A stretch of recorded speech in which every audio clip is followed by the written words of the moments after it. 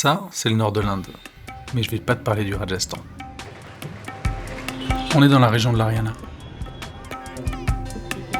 Je suis en commande pour réaliser une vidéo sur un business social qui permet l'accès à de l'eau potable dans des villages. Les gens viennent chercher de l'eau, ça coûte pas très cher, puis la ramènent chez eux dans des bidons. C'est le matin, c'est super tôt. Les gens sont déjà partout. Il y a une brume incroyable. Les gamins vont à l'école et les parents sont déjà au boulot. Ça fait déjà 10 jours qu'on est en Inde. On a un peu bougé, on a un peu voyagé.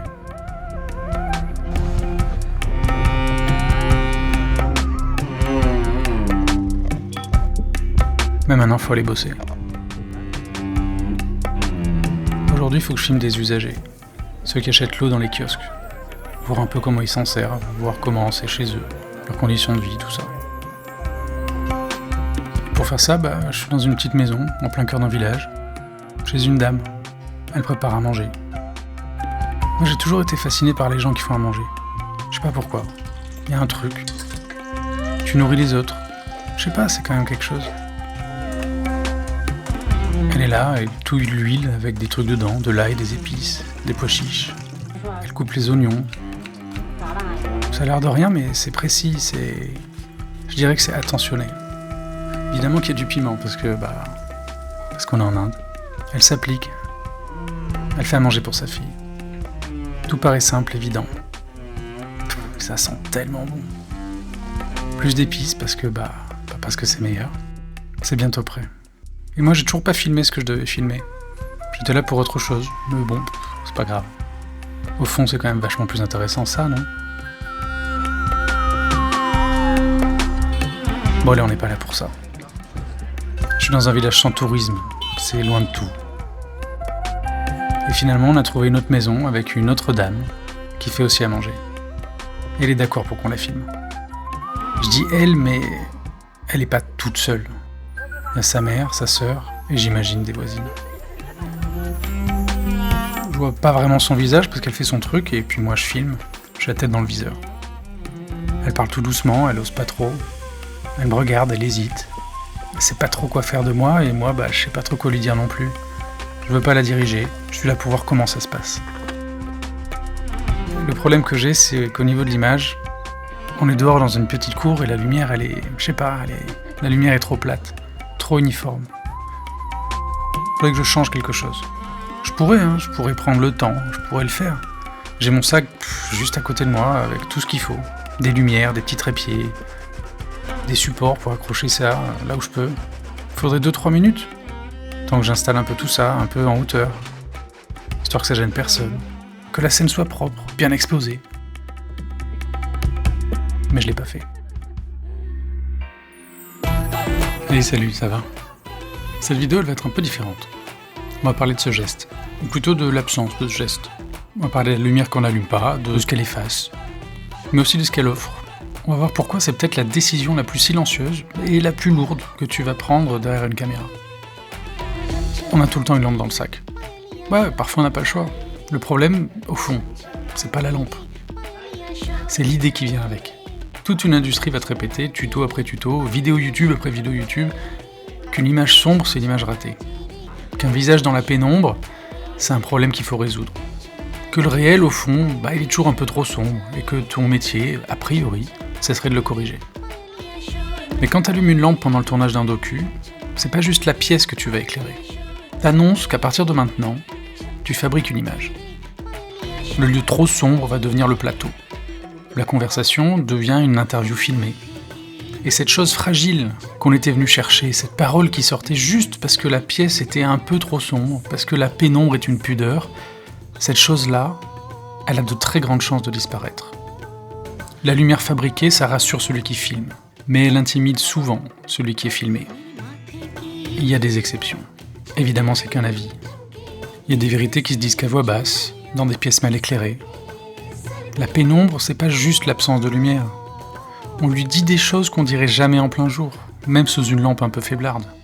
Donc éclairer, parfois, c'est un peu comme déshabiller quelqu'un qui avait choisi de rester couvert. Alors qu'est-ce qu'on fait quand on sort pas de lampe ? On regarde, on s'adapte, on bouge, on trouve des solutions créatives. On bosse, quoi. Quand j'arrive quelque part, avant même de penser au cadre, je regarde les fenêtres, je les cherche. Les ouvertures, les écrans.